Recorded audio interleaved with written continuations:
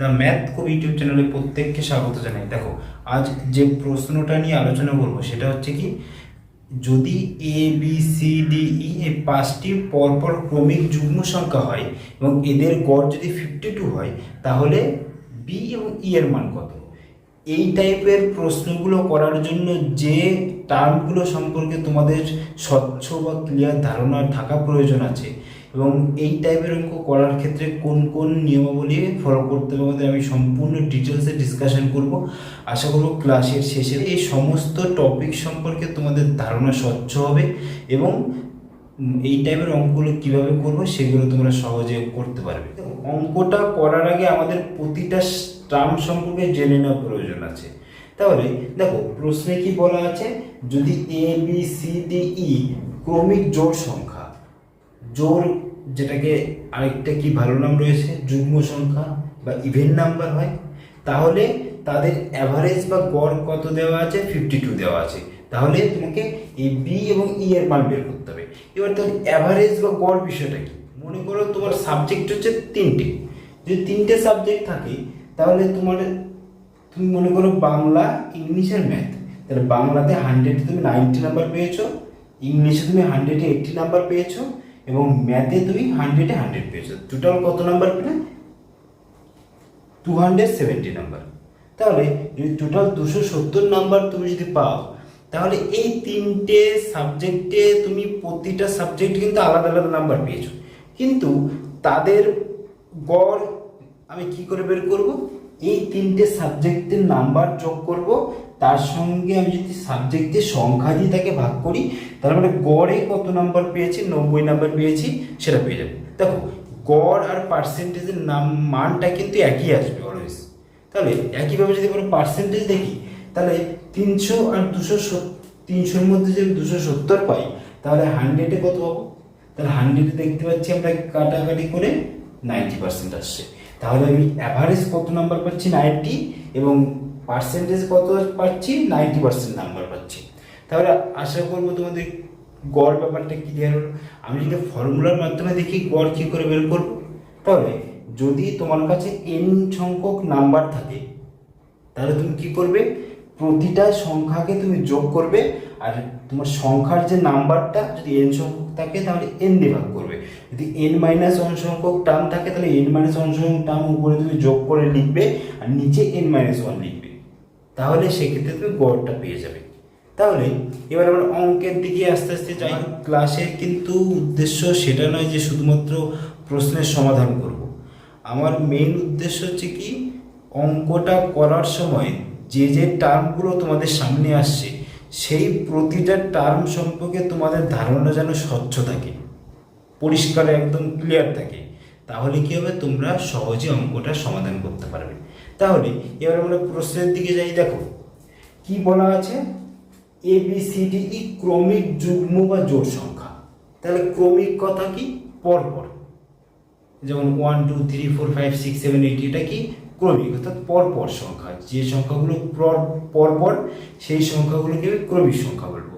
এবার যুগ্ম বা জোড় বা ইভেন নাম্বারটা কি? দেখো, ইভেন নাম্বারের সম্পর্কে অলরেডি আমি ক্লাস করিয়েছি তোমাদেরকে, তাও আরেকবার বলে দিচ্ছি, তোমরা অবশ্যই ভিডিওটাকে দেখো। দেখো ইভেন নাম্বারটা, দেখো তাহলে ইভেন নাম্বারের কি প্রথম পয়েন্টটা কি হবে? ইভেন নাম্বার কি হবে, বা ইভেন হোক অড হোক, প্রত্যেকে কি হবে? ইন্টিজার, অর্থাৎ পূর্ণ সংখ্যা হবে। পূর্ণ সংখ্যা কোনগুলো? 0 +-1 +-2 অসীম পর্যন্ত এরা চলতে থাকবে। তুমি যে কোনো সংখ্যা নিতে পারো যেটা এই ফর্মতে থাকবে। তাহলে এটা কি ইভেন এবং অড দুটোর ক্ষেত্রে এটা সঠিক। এবার পরবর্তী পয়েন্টটা আমরা কি দেখছি, যে কি ইভেন নাম্বার সেই নাম্বারগুলোই যেটা কি 2 এর নাম্বার 2 এর গুণিতক, অর্থাৎ মাল্টিপল অফ নাম্বার 2। অর্থাৎ তুমি যদি নাম্বার 2 এর টেবিল বা তুমি নামতা পড়ো, নাম্বার 2 এর ঘরের নামতা তুমি যদি পড়ো, প্রতিটা সংখ্যায় কি হবে? সেই টেবিলের প্রতিটা সংখ্যা কি হবে? 2 এর গুণিতক। তাহলে তারা প্রত্যেকেই কি হবে? ইভেন নাম্বার হবে। তাহলে যদি 2 এর গুণিতক না হয় তাহলে তার অড নাম্বার হবে। আরেকটা পয়েন্ট আমি কি বললাম, যে কি নাম্বার 2 যে সংখ্যার ফ্যাক্টর বা উৎপাদক বা গুণনীয়ক, এই তিনটে টার্ম কিন্তু একই। নাম্বার ভালো করে বুঝবে, নাম্বার টু যে সংখ্যার উৎপাদক বা গুণনীয়ক বা ফ্যাক্টর, সেই সংখ্যাটাই কি হচ্ছে ইভেন নাম্বার। তাহলে কি দেখো নাম্বার সিক্সের একটা উৎপাদক নাম্বার টু হোক কিনা, হয় কিনা ভালো করে দেখো। কি করে উৎপাদক বা ফ্যাক্টর বের করব? যদি নাম্বার সিক্সকে নাম্বার টু দ্বারা পুরোপুরি ভাগ করা যায়, তাহলে কি নাম্বার টু নাম্বার সিক্সের একটা ফ্যাক্টর। একইভাবে নাম্বার এইটকে যদি নাম্বার টু দ্বারা ভাগ করা যায়, বা টু দ্বারা ভাগ করা যেতে পারে, ফোর দ্বারা ভাগ করা যেতে পারে, ফাইভ দ্বারা ভাগ করা যেতে পারে। তোমাকে উৎপাদক বা ফ্যাক্টর কি করে আমরা দেখবো, চেক করব, যে যদি আমি নাম্বার এইটকে নাম্বার টু দ্বারা ভাগ করতে পারি, তাহলে নাম্বার টু নাম্বার এইটের একটা ফ্যাক্টর উৎপাদক হবে। তাহলে এটা আরেকটা দেখলাম। যদি উৎপাদক না হয়, তাহলে সেটা কি হবে? অড নাম্বার বা বেজোড় বা অযুগ্ম সংখ্যা হবে। তাহলে বুঝতে পারলে? এবার তোমাদের অনেকের আবার যুগ্ম অযুগ্ম মৌলিক যৌগিক এগুলো নিয়ে একটু কনফিউশন জায়গা তৈরি হয়, যে কোনটা যুগ্ম, কোনটা মৌলিক, কোনটা অযুগ্ম, এভাবে একটা কনফিউশনের জায়গা তৈরি। দেখো তোমরা ভালোভাবে খেয়াল করো যে কি ইভেন নাম্বার বা অড নাম্বার কিন্তু ঋণাত্মক, জিরো, পজিটিভ যে কোনো কিছু হতে পারে। Even number always integers. তাহলে ইন্টিজার্স কোনগুলো? নেগেটিভ, পজিটিভ, জিরো, এরা প্রত্যেকে ইন্টিজার্স। কিন্তু মৌলিক আর যৌগিক সংখ্যা কিন্তু শুরু করার থেকে হয় নাম্বার টু থেকে। এরা সবসময় গ্রেটার দেন ওয়ান হয়, এরা কখনো নেগেটিভ নাম্বার হয় না। মৌলিক বা যৌগিক সংখ্যা এরা সবসময় গ্রেটার দেন ওয়ান। তার প্রথম মৌলিক সংখ্যা কোনটা, বা প্রথম মৌলিক হোক যৌগিক হোক, তাহলে প্রথম সংখ্যা কোনটা? Number two. তাহলে টু থেকে শুরু করে 2, 3, 4, 5, তাহলে এর মধ্যেই তোমাকে মৌলিক আর যৌগিক খুঁজতে হয়। তাহলে একটুখানি দেখে নিই, তাহলে তোমাদের হয়তো বোঝার ক্ষেত্রে সুবিধা হবে যে মৌলিক আর যৌগিক বিষয়টা কি। এবার আমরা দেখব কি মৌলিক, যৌগিক অর্থাৎ প্রাইম আর কম্পোজিট, আর যুগ্ম অযুগ্ম অর্থাৎ ইভেন আর অড। তাহলে এটা যুগ্ম অযুগ্মটা কি আসবে? এরা কি সবসময় ইন্টিজার্স, সবসময়। তাহলে কি 0, +-1, +-2, +-3 এভাবে চলতে থাকবে। আর মৌলিক বা যৌগিক বা কম্পোজিট নাম্বারটা কি হবে? এরা সবসময় কি গ্রেটার দেন 1 হবে। তাহলে দ্বিতীয় পয়েন্টে আমরা কি বলবো? এরা নেগেটিভ হতে পারে, নেগেটিভ হতে পারে, কিন্তু এরা কিন্তু কখনোই নেগেটিভ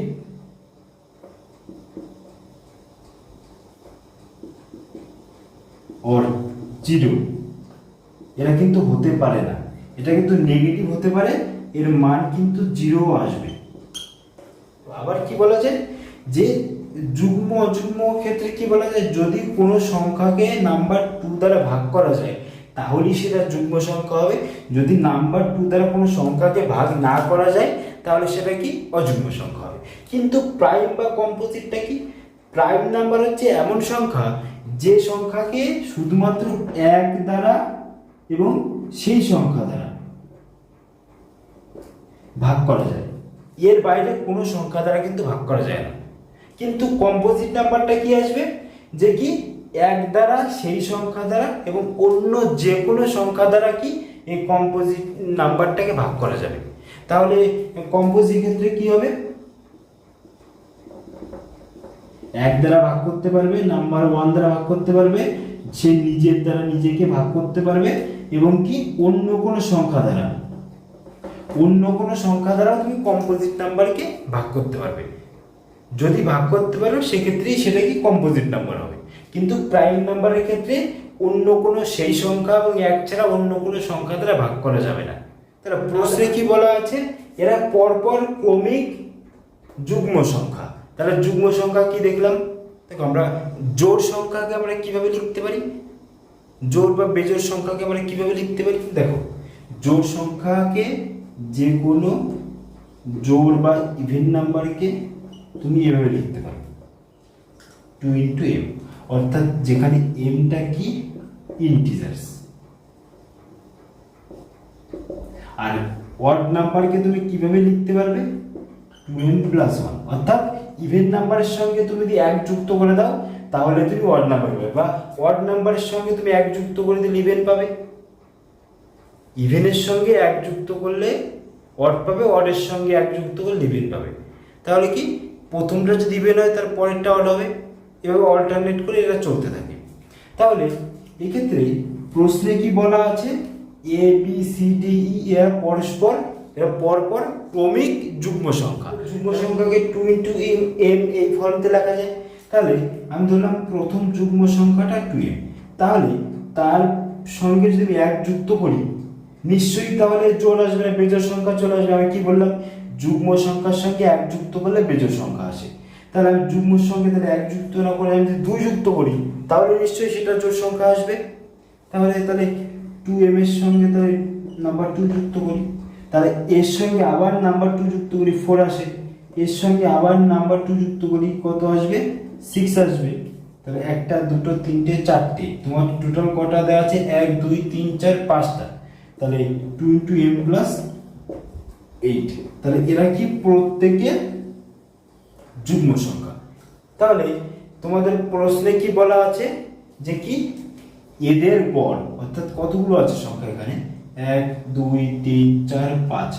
আমি গড় কিভাবে বের করতে হবে বলেছিলাম, সমস্ত সংখ্যাগুলো যুক্ত করতে হবে এবং কতগুলো সংখ্যা সেটা দ্বারা ভাগ করতে হবে, তাহলে তুমি গড় পেয়ে যাবে। তাহলে এগুলো প্রত্যেককে আমি যদি যুক্ত করে লিখি,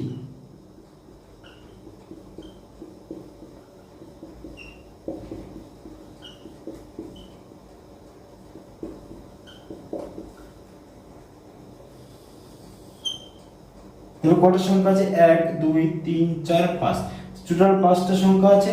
তাহলে এদের প্রশ্নে কি বলা আছে, এদের গড় কত হবে 52।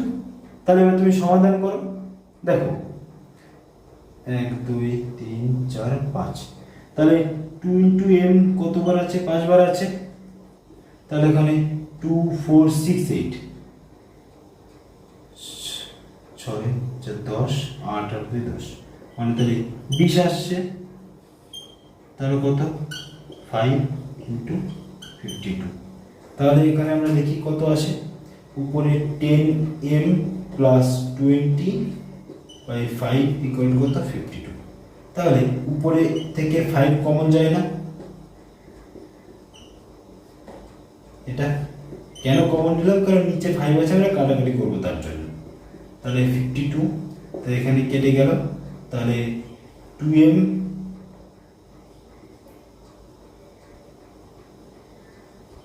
-52 - 4 কত আসে এখানে 48 2m। তাহলে m দিয়ে কাটলে কত হচ্ছে, তাহলে m এর ভ্যালু কত আসবে 24।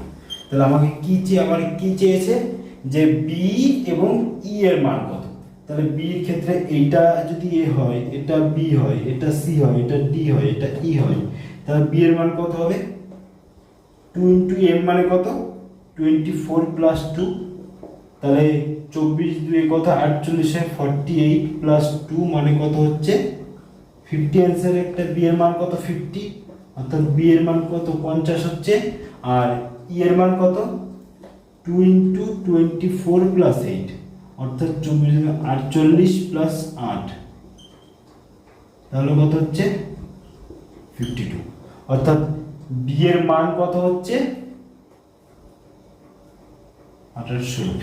56, অর্থাৎ b এর মান কত হচ্ছে 50 আর e এর মান কত হবে 56। তাহলে আমরা অ্যান্সার পেয়ে গেলাম। দেখো আরেকটা, এটা করার ক্ষেত্রে অনেকটা জটিল হলো, এর থেকে শর্ট আরেকটা নিয়ম আছে। তাহলে এটা আগে কেন দেখালাম, কেননা এটা যেহেতু আমরা ফর্মুলা থেকে করছি তাই এটা আগে তোমাদেরকে দেখালাম। তাহলে আরেকটু সহজে আমরা এটাকে করতে পারি। দেখো সেটা এক্ষেত্রে কটা সংখ্যা দেওয়া আছে, টোটাল 5টা। তাহলে টোটাল যদি 5টা সংখ্যা দেওয়া থাকে তাহলে এর মিডিলটা কোনটা, এটা মিডিল। আমি মনে করলাম এর মান হচ্ছে x। তাহলে আমি কি বলেছি, এরা প্রত্যেকে কিন্তু কি নাম্বার, ইভেন নাম্বার, অর্থাৎ যুগ্ম সংখ্যা।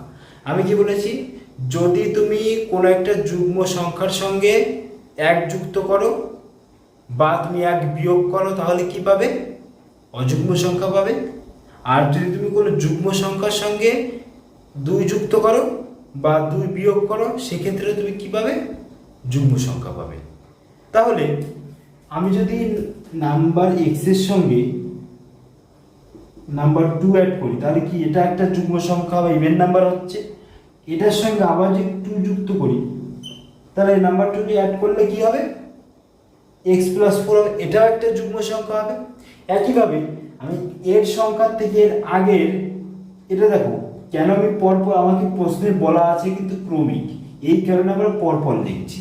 তাহলে x যদি যুগ্ম সংখ্যা হয়, তাহলে তার আগের যুগ্ম সংখ্যাটাকে নিশ্চয়ই x - 2 হবে। কেন 2 হবে?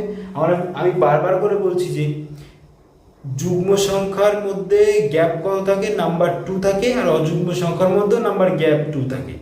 আর যুগ্ম সংখ্যার থেকে যুগ্ম সংখ্যা আসতে গেলে তোমাকে আইদার নাম্বার 2 অ্যাড করতে হবে, নয়তো নাম্বার 2 বিয়োগ করতে হবে। তাহলে তুমি যদি 1 যোগ বা বিয়োগ করো, তাহলে কিভাবে তুমি অযুগ্ম সংখ্যা পেয়ে যাবে। আমার কিন্তু অযুগ্ম সংখ্যা এখানে প্রশ্নে বলেনি, আমার প্রশ্নে কি বলা আছে, ক্রমিক যুগ্ম সংখ্যা। তাহলে আমি পরপর দেখো তো এটা পরপর কিনা, x এর পরে x + 2, তারপরে আবার 2 অ্যাড করলে x + 4 হয়। তাহলে x - 2 থেকে x থেকে x মানে তুমি যদি 2 বিয়োগ করো, তাহলে x - 2 হচ্ছে, আর যদি তুমি তার থেকে 2 বিয়োগ করো, তাহলে x - 4 আসছে। তাহলে এরা কি, এরা পরপর ক্রমিক যুগ্ম সংখ্যা। এক্ষেত্রে আমার কি বলা আছে, এভারেজটা কত বলা আছে, 52। তাহলে এদেরকে আমি পরপর যুক্ত করি, x - x4 plus x - 2 plus x plus x plus 2 plus x - 4।